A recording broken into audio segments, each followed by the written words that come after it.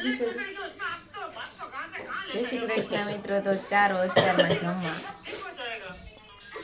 હું જમો સવા શાક રોટલી કેવી દ્રાક્ષ સફરજન અને મેન તો જેઠાલાલ વગેરે આપણે હાલે નહીં ઓકે.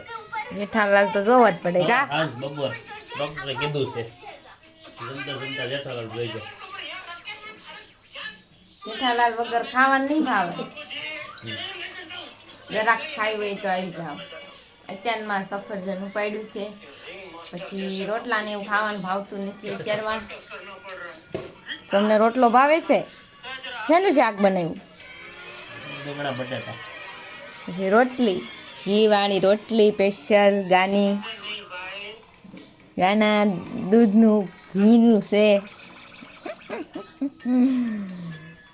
ચાલો તો હવે આજો